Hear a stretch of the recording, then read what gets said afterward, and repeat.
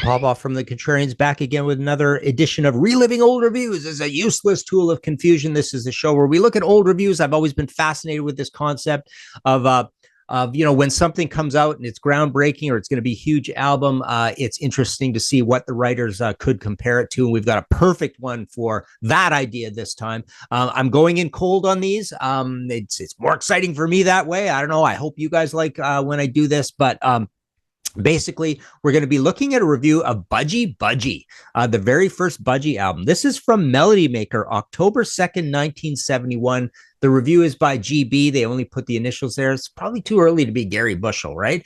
I love that guy. I've got some of his books. Cool dude. Big in our industry here, and obviously a massive punk and hardcore expert as well. But I don't even know if that's him. I doubt it's him. It's too early, man. 1971, I think. Anyways, so yeah, this is a review of BUDGIE. Let's read it and see if this writer got this right. I mean, what possibly can you compare BUDGIE to in 1971? I guess we're gonna find out.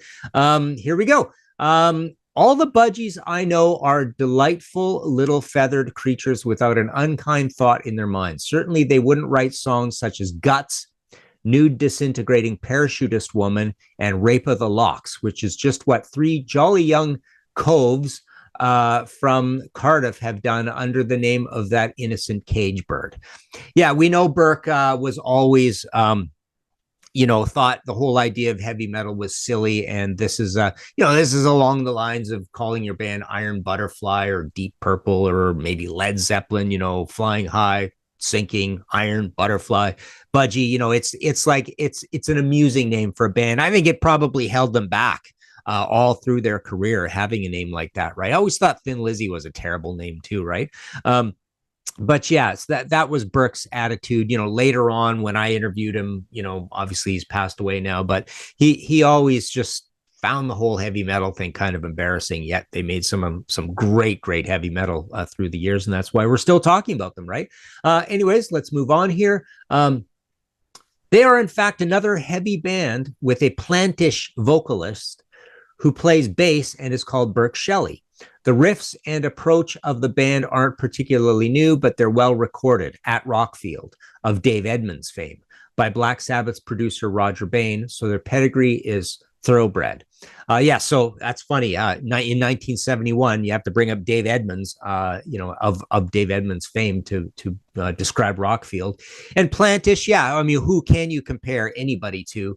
It's never crossed my mind to compare Burke to Plant, but now that he said it, you can understand it. His voice, forget about his singing for a second. Maybe I won't even go back to it, but let me think. I mean, his voice is somewhat in the vicinity of Plant's voice, right? Let's see. Nude Disintegrating, etc. does indeed thunder along at a fair rate of knots for most of its is wrong. It's got an apostrophe, 8 minutes, as does Rape of the Locks, giving Tony Borge a chance to let go on guitar. Drummer Ray Phillips tries nothing extraordinary for a heavy band percussionist, which just about sums the three-piece up. A heavy band who apparently know where they're going and how to get there.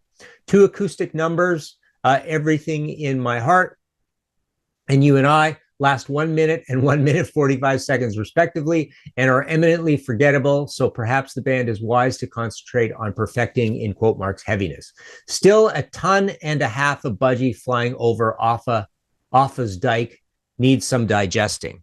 It's interesting to note that a subtle thing that you might pull from this is that now you're starting to get some bands. I mean, it's really early, but we've got Deep Purple, Uriah Heep, and Black Sabbath in particular, where they clearly are going in a heavy direction. So they are this kind of band. Whereas in the old days before that, you would try a little bit of everything. Jimi Hendrix, Cream, Blue Cheer.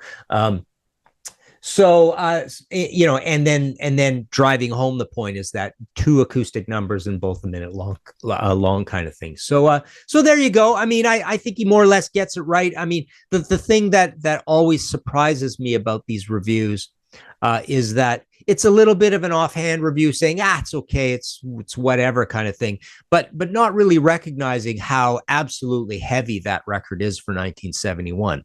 It's like, oh, here's some heaviness, blah, blah, blah. Here you go. Here's the start of the review. Here's the end of the review. So I always find it surprising that it's like, well, this is one of the 5 heaviest albums I've ever heard in my life. Doesn't come to mind for this guy, right? Because it kind of is that situation in 1971. So there you go. That's another edition of Reliving Old Reviews as a useless tool of confusion. Let us know in the comments below whether this writer got it right, whether I got it right about this writer and this album, the great Budgie. Budgie, so great an album. They had to name it twice, right? That whole thing. Comment, like, subscribe. It's great to have the subscriber numbers go up. That's kind of a permanent thing, but hit that like button. Always forget to do that. So there you go. Budgie. Check it out. Check out some Budgie. Yeah, get all those Budgie albums, man. They're all really cool. Or as we've kind of talked about many times, I think this is a band where there's 2 or 3 or 4 amazing songs per album sort of thing. But does Budgie ever absolutely put it together for an album? I don't know. That's a debatable thing kind of thing. That might be a good History in 5 Songs episode idea. Bands that are like that. That actually is a good idea. I might do that one. Anyways, there you go. Go play some Budgie.